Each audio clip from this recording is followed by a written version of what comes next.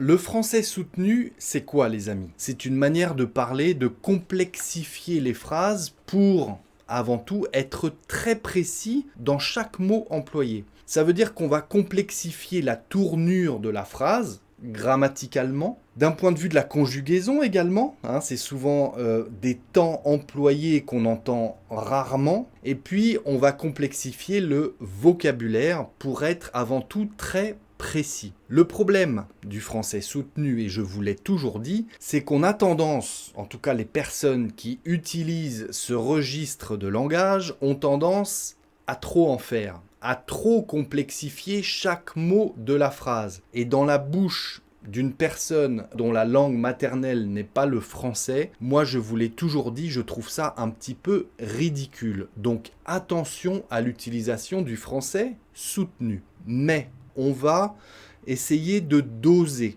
Je vous propose de modifier un mot dans les phrases que je vais vous proposer aujourd'hui pour avoir l'air tout de suite plus élégant. J'ai 8 exemples à vous proposer aujourd'hui. Voici la première phrase. Le style vestimentaire des années 80 est souvent considéré comme démodé. Mais il revient parfois à la mode avec une touche de nostalgie. Et c'est vrai en plus. Le style vestimentaire des années 80 est souvent considéré comme démodé. Démodé, je vous propose de le modifier et de le remplacer par désuet. Désuet, c'est une forme soutenue, hein, c'est du vocabulaire soutenu pour dire démodé. Le style vestimentaire des années 80 est souvent considéré comme désuet de nos jours, mais il revient parfois à la mode avec une touche de nostalgie. Ok ? Démodé, désuet. Deuxième exemple. J'ai été impressionné par la performance époustouflante de l'artiste lors du concert de la semaine dernière. J'ai été impressionné par la performance époustouflante de l'artiste. Impressionné, je vous propose de le remplacer par ébahi.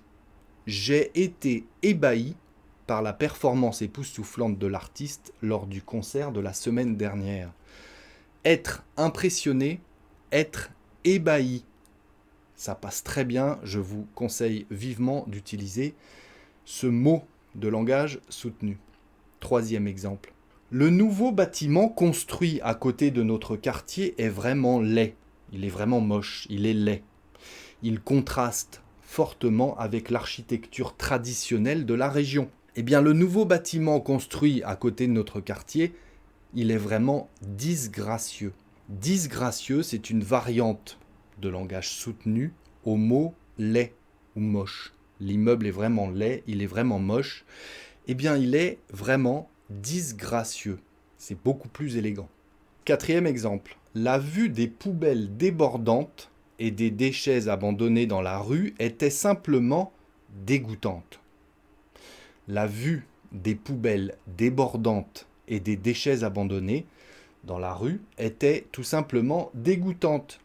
Dégoûtante, je vous propose de le remplacer par répugnante.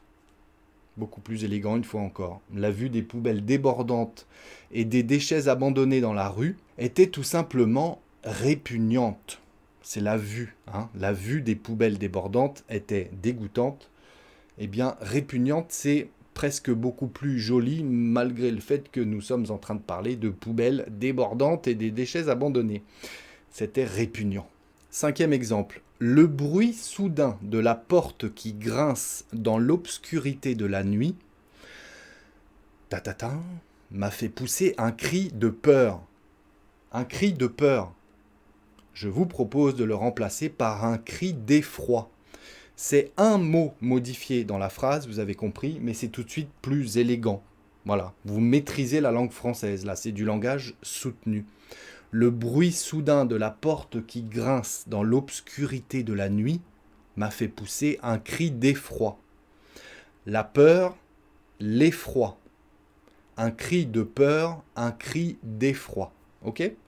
Sixième exemple. L'écrivain a consacré plusieurs années à la rédaction de son dernier livre, qui est devenu un best-seller dès sa publication. L'écrivain a consacré plusieurs années à la rédaction de son ouvrage, Un ouvrage, c'est un livre, c'est juste du langage beaucoup plus soutenu. Mais si vous changez uniquement ce mot, eh ben, ça passe très bien, c'est très élégant. L'écrivain a consacré plusieurs années à la rédaction de son dernier ouvrage, qui est devenu un best-seller dès sa publication. C'est parfait. 7e exemple. Il est important de faire attention lorsque l'on traverse la rue, en particulier dans un quartier animé, pour éviter tout accident. Il est important de faire attention. Faire attention, je vous propose de le remplacer par prendre garde. Ça se prononce prendre garde. Il est important de prendre garde lorsque l'on traverse la rue, en particulier dans un quartier animé, pour éviter tout accident, les amis. Faire attention, prendre garde. Excellent exemple de français soutenu. Et le 8e et dernier exemple pour aujourd'hui. Le jeune homme a réussi à voler discrètement le bijou précieux avant de disparaître dans l'obscurité. Le jeune homme a réussi à voler discrètement le bijou. Le jeune homme a réussi à dérober discrètement le bijou précieux avant de disparaître dans l'obscurité. Voler, il a réussi à voler le bijou, il a réussi à dérober. Dérober, c'est une manière plus élégante de dire voler. D'accord ? On récapitule les 8 exemples d'aujourd'hui. Démodé, désuet. Impressionné, ébahi. Laid, disgracieux. Dégoûtante, répugnante. Peur, un cri de peur, un cri d'effroi.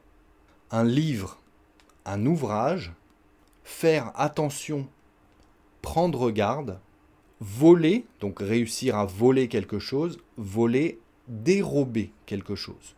J'attends, les amis, bien évidemment, vos exemples en commentaire. Et si cette leçon vous a plu, tous les petits likes sont les bienvenus, ça fait plaisir, ça motive. Et en plus, YouTube aime ça, ça m'aide beaucoup pour que cette vidéo soit diffusée. D'autant plus, vous connaissez un petit peu le principe, j'imagine.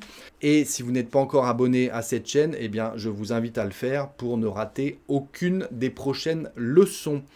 Si, en plus de ça, vous aimez faire des dictées, et c'est un très bon exercice de compréhension orale et pour pratiquer l'orthographe, évidemment, j'ai créé une 2e chaîne, la Dictée by Alex. Je vous invite à vous y abonner, évidemment. Si vous aimez les vlogs, je vous fais découvrir la France, en tout cas pour l'instant, la Normandie.